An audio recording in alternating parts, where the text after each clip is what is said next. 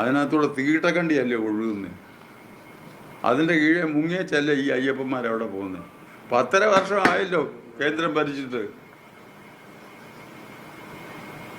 എന്തോ ഇത്.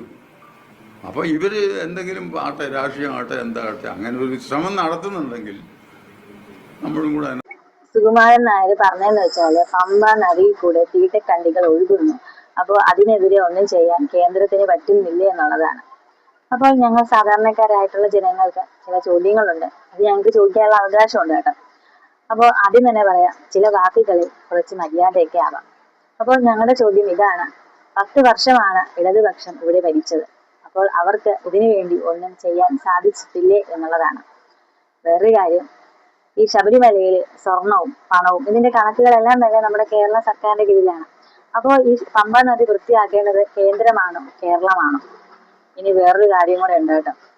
ഈ ശബരിമലയിൽ വരുന്ന ഭക്തരോട് നിങ്ങൾക്ക് ഒരു മര്യാദയുമില്ലേ? അതോ ഈ ഭക്തർ തരുന്ന കാണിക്കയും സ്വർണവും പണവും മാത്രം മതി എന്നാണോ? അത് മാത്രം കട്ടുമുടിച്ച് ഇനിയുള്ള കാലം ജീവിക്കാമെന്നാണോ കരുതുന്നത്?